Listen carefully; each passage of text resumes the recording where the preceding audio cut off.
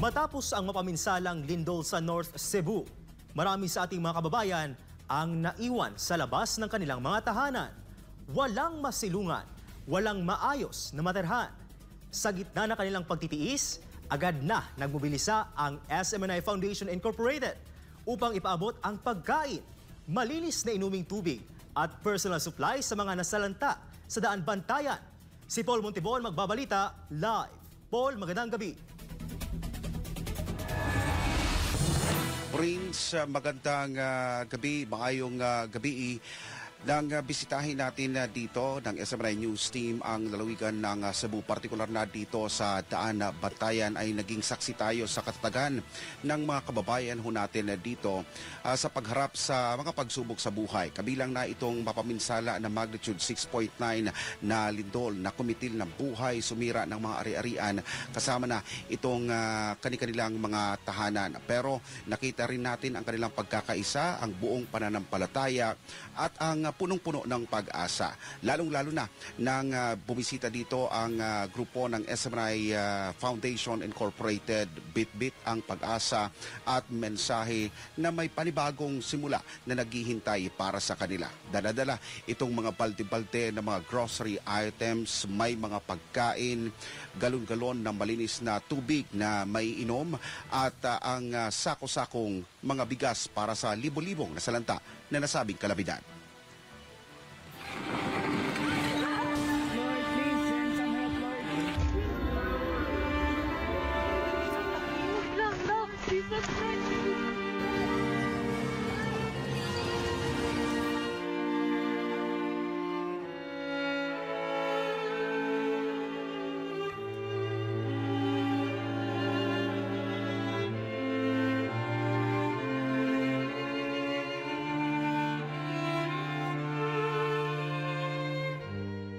Ilang araw matapos tumama ang malakas na lindol sa North Cebu, ramdam pa rin ang takot at paghihirap sa maraming pamilya sa Daang Bantayan.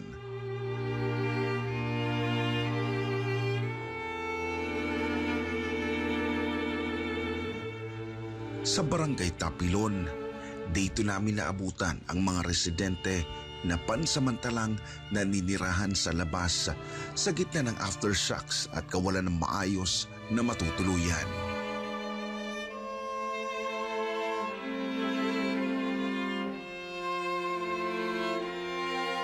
Sa isang tent sa Tapilon proper, naabutan namin ang pamilya ni Mitchell at Jasler dahil sa sunod-sunod na aftershocks. Mas pinili nilang manatili sa labas tuwing gabi at umuwi na lamang sa umaga para ayusin ang mahalagang gamit sa loob ng kanilang bahay. Isang linggo na itong ginagawa habang wala pang abiso ang pamahalaan kung kailan maaring ligtas nang bumalik at manirahan sa kanilang tahanan. Hindi lamang sina Mitchell at Jasler ang nasa ganitong sitwasyon. Marami pang pamilya ang natutulog sa gilid ng kalsada o sa mga pansamantalang tolda habang sinusubukan nilang makaraos sa araw-araw matapos ang lindol. Gabi na ngayon dito sa Daang Bantayan at kinaroroonan natin ngayon ay binalikan natin yung mga tent kung saan sila Jasler at Mitchell ay nakatira. So makikita natin talagang madilim ang lugar. Ang iba may mga tent pero kulang ka sa pay ng kuryente. Di naman wala talaga sa kuryente. Habang ang ibang mga tent naman tulad nito, kila Jasler at kila Mitchell ay kung hindi man kandila ay wala talaga sa supply na kuryente. Ika na, mas maputi pa ang isang barong-barong dahil may sariling bubong, may sariling bintana, may sariling pintuan. At kung sa tutuusin ay makakatulog din na may hindi tulad ngayon ng sitwasyon nila Jasler at Mitchell kasama ng kanilang mga pamilya at kanilang mga anak na sa isang tolda lang sila nagsusumikap na makasilong, lalo na ngayon tag-ulan, lumalakas yung hangin. So ito naman ay ginagawa nila gabi-gabi, dito silang tutulog sa labas ng kanilang bahay habang sila ay nagpapatila kung kailan makatapos ang mga aftershocks na kanilang nararanasan matapos ang pagtama nga ng magnitude 6.9 na lindol dito sa Cebu. Sa sitwasyon namin ngayon dito, kung wala lang ulan, okay naman dito. Kaso lang maraming nangangagat nga lamok. Tapos pag umuulan naman, mas mahirap sa amin dito kasi hindi namin sigurado nga hindi ba kami mabasa or anong mangyayari sa amin pag lumalakas ang ulan. At saka may katabi tayo dito ng mga damo. Oo sir, siguro may ahas na Oo. Pero papaano yan? Si Lord na para sir. Palagi naman kaming nagpe-pray. Giit ni Jasler, kung magtatagal pa ang ganitong sitwasyon, nangangamba sila kung ano ang posibleng mangyari sa kanilang pamilya habang wala sila sa sariling tahanan. Dalangin nila na matapos na ang problemang ito na dumating sa kanilang lugar. Sa sitwasyon namin ngayon, kinakabahan kami, lalo na wala kami sa loob ng bahay, dito lang sa barong-barong. Kaya di ka siguraduhan kung ligtas mo kami dito, lalo na kapag malakas yung ulan.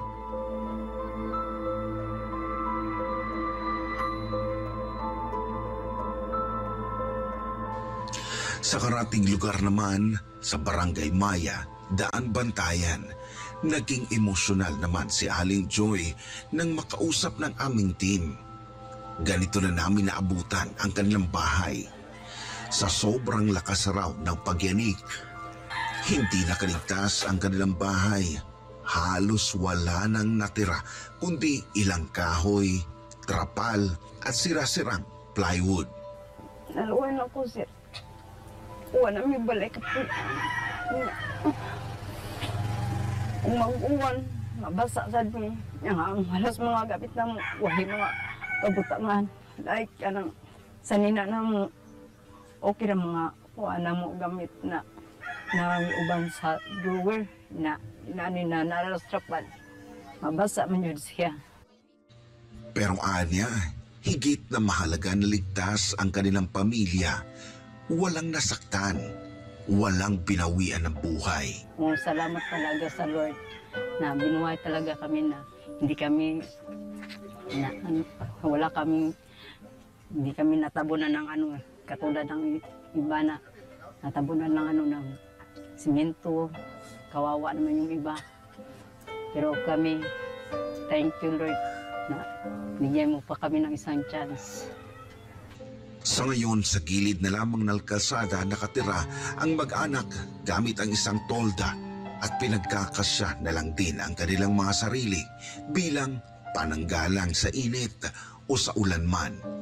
Nya o sad wasad nila yung kakuanan kay dili pa masad angin magtukod yung balay kay sige pag aftershock nya usay ganun luto lang sa kuwan sa tao sir.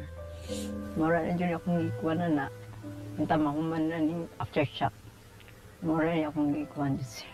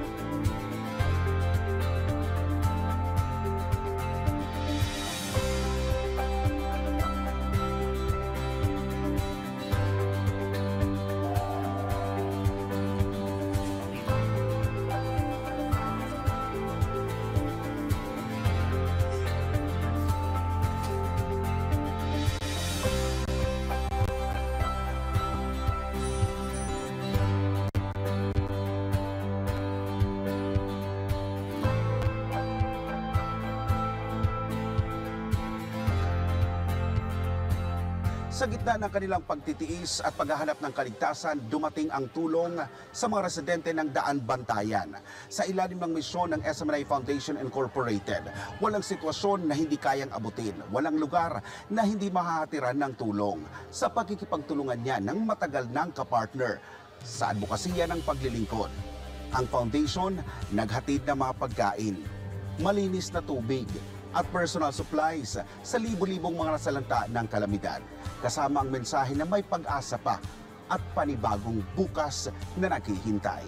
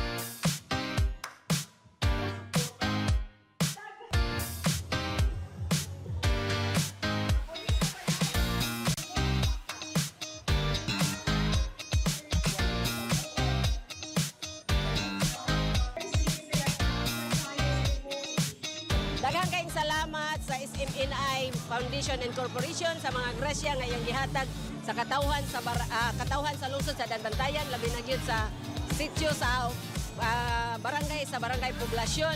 Dako na kaining tabang sa katawhan sa akong barangay, labi na gyud ang mga katawhan nga nagkinahanglan gyud og tabang tungod sa panghitabo sa linog. So first time sa na nga nakadawat ang katawan, dili lang katawan sa barangay poblasyon ha, kundi katawan sa lungsod sa Danbantayan nga naay ning hatag og sack of rice nya 1 pail of groceries and 1 gallon or container of water. So mao na nga ang katawhan malipayon kay nga ning dawat kay wala sila mag-expect nga inato kadaghan ang ilang madawat karong panahona. Hapsay ang pagpadagan sa SMNI sa distribution sa food packs. So daghang salamat and God bless us all. I'm happy for them. Nakatanggap sila ng tulong ka SMNI Foundation. Yung tulong nyo na binigay sa kanila, malaking tulong talaga sa mga pamilya dito. Very good call for the help of SMNI Foundation. We have to continue to take care. We have to pray kasi may mga aftershocks pa. Sana pwede na tayong babalik sa ating buhay para kahit papano o start tayo sa recovery. Maraming salamat sa SMNI Foundation and donors na natanggap namin ang biyaya na hindi ko inasahan na ganito ang matatanggap ko para rin sa aking pamilya. Maraming salamat po. Matutuwa yung mga anak ko dahil makikita nila nito na ang dami daw naming dala. Bye-bye, salamat! Salamat kayo sir, labi na sa CJ Foundation, labi na tayo sa inyong pagkabutan. Salamat kayo sa pagtabang sa mga Lord. Salamat kayo, Lord. Maraming salamat.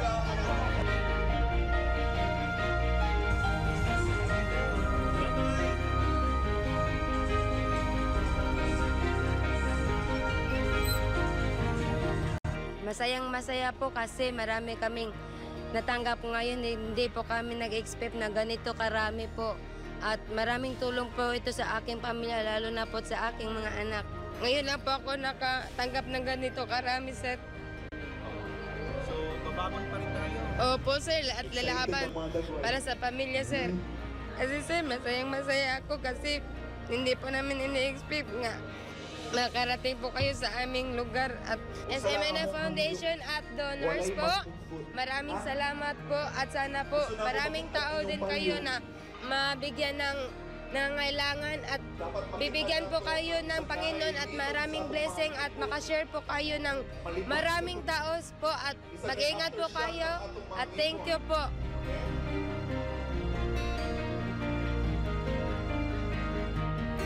Thank you so much. Daghan kayo may nadawat karon. Thank you, thank you, thank you. Salamat kayo sa SMNI Foundation at sa mga donors. Mawa ang kakapoy, sir. Mawa ang trauma. Salamat kayo sa panghatag sa mga panayos linog. Salamat. Salamat kayo, Saran. Daghan kayong salamat sa nahatag sa seminaryo sa mga donors diri sa lungsod sa Bantayan. Daghan kayong salamat. Dilini na mo ikalimtan. Salamat. Salamat. Thank you. Daghan kayong salamat. Bisag mo nga, ang kwantahon lang. Ikap? Masayaw na ko, di na ko kasayaw. Parang ko kami ang kwantahon. Salamat, daghan salamat. Sa mga donors na wag magpaila, God bless. Advance Merry Christmas and Happy New Year. Thank you, thank you.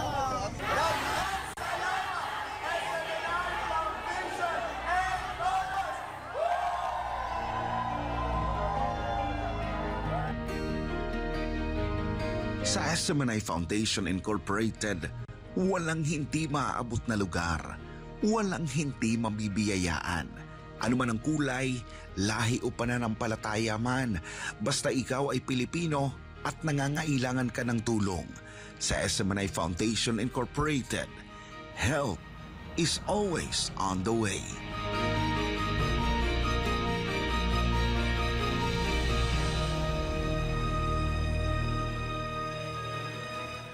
Prince, alam naman natin na naging posible ang lahat ng ito sa pamamagitan ng walang sawa na suporta at tulong ng ating mga sponsors at ng mga donors ng SMNI Foundation Incorporated. Alam natin na ang iba ay hindi na nila gustong magpakilala pa kung sino-sino sila, pero tuloy-tuloy ang kanilang pagsuporta sa foundation mula pa noon hanggang sa ngayon ay hindi sila nagsasawa na ipabatid, iparamdam ang kanilang malasakit at pag-ibig, lalong-lalo na sa mga taong nangangailangan ng tulong. At ang ganitong klase ng mga advokasya ay naisa sa katuparan dahil sa iisang misyon kasama ang SMNI Foundation na maipaabot ang tulong sa mga nangangailangang mga Pilipino.